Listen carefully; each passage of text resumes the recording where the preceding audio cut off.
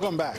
2 weeks ago, I sat down with Congresswoman Debbie Mucarsel-Powell to discuss the big issues facing Congress when they get back into session this month, including how Congress will respond to the recent spate of mass shootings. But because of Hurricane Dorian, we weren't able to run the interview last week. But it is an important conversation since the issues of guns and mass shootings remain. So we want to play it for you now. Here it is. So I want to get to some of the issues, but I want to take a step back because, as I noted, you've recently passed the 200-day mark. You've been in office for a while now. How are you finding Congress? I've enjoyed. I love it, Jim. I'm going to be perfectly honest with you. It's been an incredible experience. First of all, representing the community and knowing that they put all their faith in me representing them, and also seeing that I've done small things that really have made a huge impact here in Miami-Dade and in Monroe County. Just getting the reimbursements from FEMA, for example, more than $17 million. And that's been very rewarding to me. Getting to know incredible members that have come in with me from the freshman class. I've become very good friends with Susie Lee from Nevada, Cindy Axney from Iowa, some members, Lauren Underwood from Illinois. So we've become like a family, and it's been fun because we've all come in from very different areas in our lives, you know, different backgrounds. Many of us had never served before, and with the commitment to really try and work together on a bipartisan fashion. And so it's been also tiring, of course. You know, we've passed more than 200 bills in these 200 days. So when we get to D.C., every week that we go to D.C., we have a very full agenda. You're passing bills in the House, but they're not making any real dent in the Senate. How frustrating is the experience that you're finding? And I'll be honest with you, there are senators who also complain about they pass bills in the Senate and they tend to die in the House. This is the nature of when the Democrats have the House, Republicans have the Senate, we tend to have gridlock. You know, is this, I mean, I saw a recent study from Mammoth University. 71% of Americans disapprove of the job Congress is doing, I think, because they don't see them doing a lot. Yeah. And, you know, I have to say that I think that the reason why those numbers are so high is because they don't understand everything that's going on behind the scenes, because the media is only covering the latest tweets from the president and whatever brings a lot of drama and attention. But we are there every single day working on a bipartisan basis. I have become good friends with some of my Republican colleagues that maybe I don't agree with them on a lot of issues, but we've done bills together. And I can tell you that leadership in the caucus has been very serious about sending bills to the Senate that have bipartisan support in the House of Representatives so that we have a chance for the Senate to pass it as well. The perfect example is the universal background check bill. You're asking me if there's frustration that the Senate is not picking up our bills. We sent that bill to the Senate in February. That's been sitting there. We have marked up several gun reform bills. I'm going back early before recess ends to the Judiciary Committee. We're going to be marking up an additional 3 bills to take action for all the gun violence that we're seeing in this country. So that is extremely frustrating for me, especially because the majority of Americans support these bills. Even NRA members, there was a poll that shows that over 70% of members of the NRA want to see some form of universal background check for people that are purchasing arms. What do you think the likelihood of that is? And I will tell you that I earlier interviewed Marco Rubio, and Marco Rubio's opinion was essentially that there's no support for passing a bill on background checks. There's no support for limiting high-capacity magazines. That you're not banning assault weapons as a non-starter. That these things are going to automatically die in the Senate. That they will not pass. And the only thing that has a chance are red flag laws. Well, look, I mean, I think that it is up to the American citizens to show their support. More than 97% of American citizens support a universal background check. We can't allow one person, which is Senate Majority Leader Mitch McConnell, to control what happens in America, in the entire country. And I think it's up to Senator Rubio, Senator Scott, to put pressure on their leader, on the Majority Leader, to bring those bills to a floor. I mean, how do we know that they're not going to pass if they can't even vote on these bills? I think what's happening is that they're making a calculated risk and protecting some of the senators that are in more conservative states. But I think that they need to listen to the American people.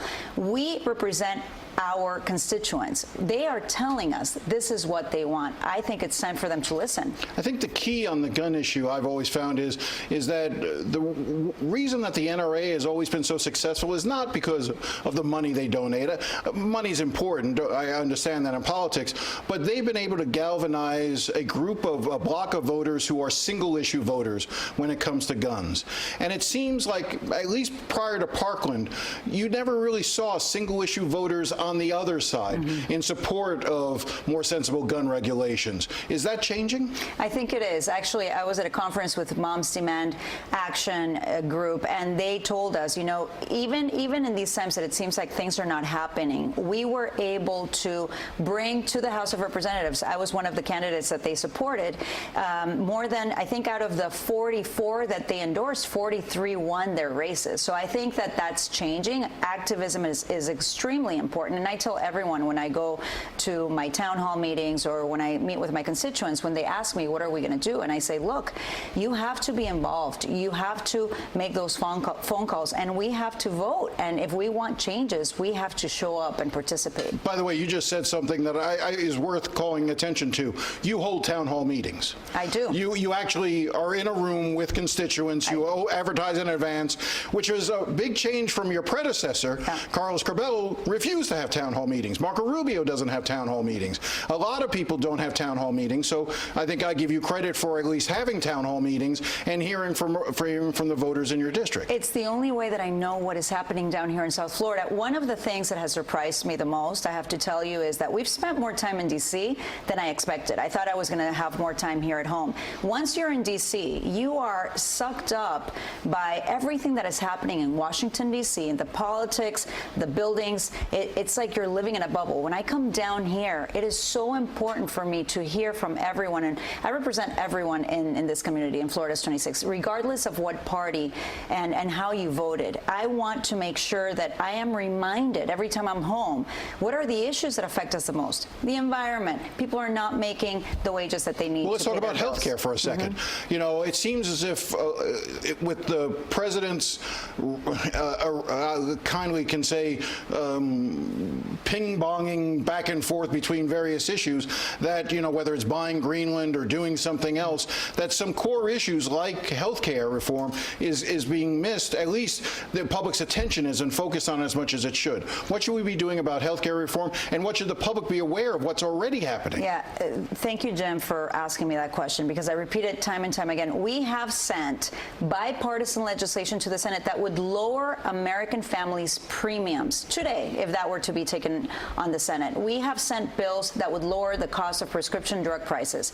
I am actually going to be hosting a town hall on health care, and I have invited Dr. Joe Greer to be there with me because he's focused on health policy for decades, and I want us to continue to work together with policy experts like Dr. Joe Greer to find solutions to alleviate the crisis. People can't get an appointment with their doctors. When they do, their premiums are so high, their copays are so high, their deductibles are so high that they can't afford it. So many people just wait, and then sometimes it's too late, and it's even more costly. There seems to be this divide within the Democratic Party among the presidential candidates as to whether or not you have to support Medicare for all and an abolition of the private insurance companies, or support the ACA, Obamacare. Where do you come down on the spectrum? I think that where we are right now, Jim, is we're so busy protecting the bare minimum that we have, which is the ACA.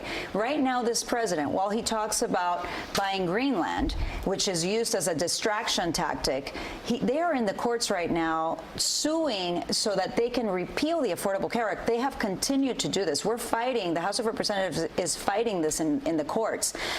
So if they win, that would strip health care from 26 million Americans, 100,000 people in my district. So we have to protect what we have. We have to make major improvements on the ACA. I, as a Congress member, have to I have to participate in the ACA. That's the insurance plan that I have. So believe me, I know the premiums are very high and that we need to fix some of those issues. But we can't talk about universal coverage when the basic coverage that we have is right now being threatened in the courts by this administration. I want to talk about Homestead, the detention center in your district. Right now, there are no children in it. It was part of is their answer to the hurricane plan, which was basically to move kids out. There have been various reports that they're, well, we know they're keeping a skeleton staff there, so potentially more kids, new kids, could be brought there down the line. What do you know about that? And is Homestead still a good?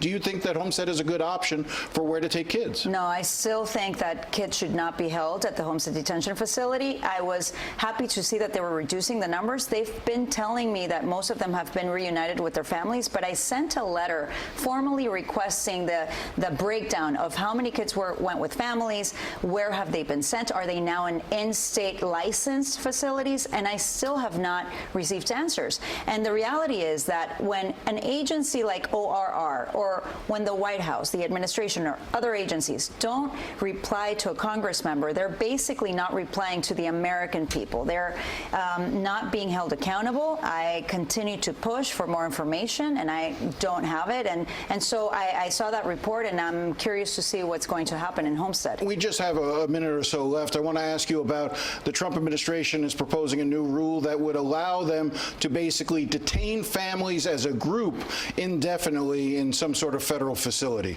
What's your reaction? Look, he has continued to attack immigrants. Detention is not a replacement for family separation. They are now doing both. And this is now, he is now trying to go against a judicial court order. So are we entering a constitutional crisis? This is going to have to be decided in the courts. This was agreed to in 1994 by the courts. So he can't just implement a rule and go against the judicial branch. So it'll be interesting to see what happens in the courts. Last thing, there is a move to possibly remove the key deer from the Endangered Species Act protection. Your thoughts? Should we be just sort of sacrificing the 1,000 key deer that are left in the Florida Keys? I'm going to leave you with this, Jim. Hands off my key deer. They are an important part of our community in Monroe County, and if you've seen them, they're incredible creatures.